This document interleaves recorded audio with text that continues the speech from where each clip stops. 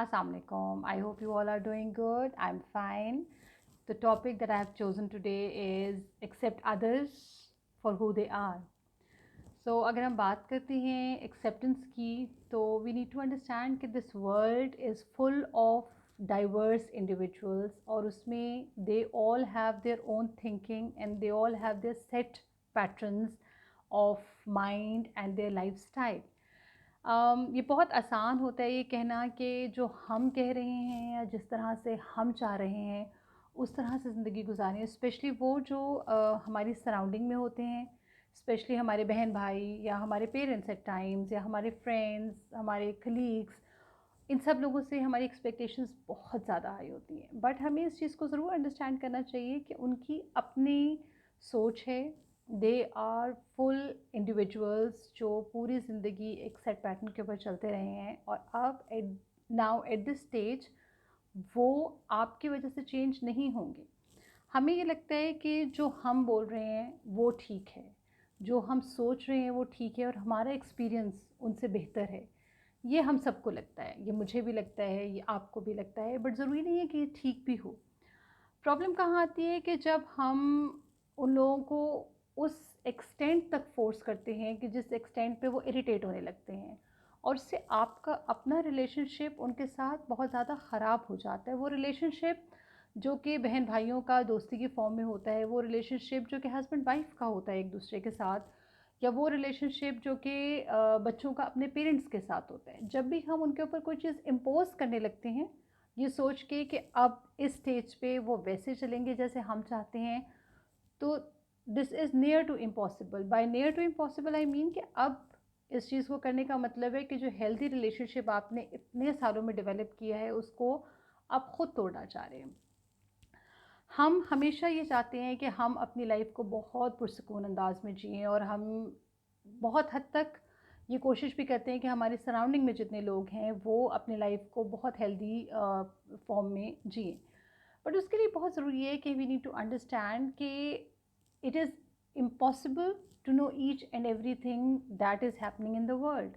हमें बहुत कुछ पता हो सकता है बट हमें सब कुछ नहीं पता हो सकता। उसका वेरी सॉलिड रीज़न इज़ कि हमारी लाइफ जितनी भी साल की है उसमें हमने चीज़ें एक्सपेरिमेंट की हैं, उसमें हमने चीज़ें एक्सप्लोर की हैं, बट वो उस लेवल तक की हैं जिस लेवल पे हमारी अपनी अंडरस्टैंडिंग या हमारी अपनी रिक्वायरमेंट थी।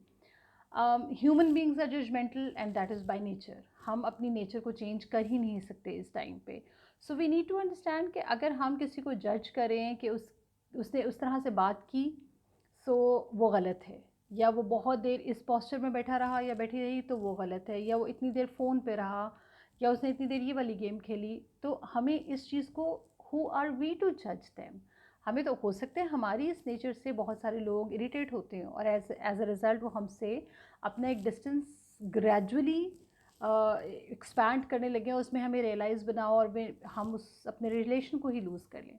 वी नीड टू अंडरस्टैंड कि अगर तो हम एक इंसान को पसंद करते हैं और एक इंसान के साथ रहना चाहते हैं, may that person is your colleague और आपकी अपनी औलाद है, बहन भाई हैं, हस्बैंड वाइफ हैं, तो we need to get close to them. और वो किस तरह से हो सकता है कि we need to engage in the activities and interest जो उस इंसान को पसंद है जिसको आप पसंद करते हैं।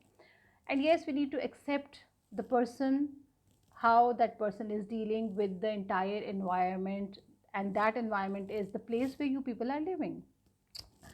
बिल्कुल भी मैटर नहीं करता कि हम एक इंसान जो कि अपनी सेट बाउंड्रीज़ के अंदर रह रहा है, उसकी अपनी फैमिली है, उसके अपने सर्कमस्टांसेस हैं, उसके अपने फाइनेंशियल कंस्ट्रेंट्स हैं, ये सारी चीज़ें हैं। ज़रूरी नहीं है कि वो इंसान उतना ओपन माइंडेड हो जितने आप हैं।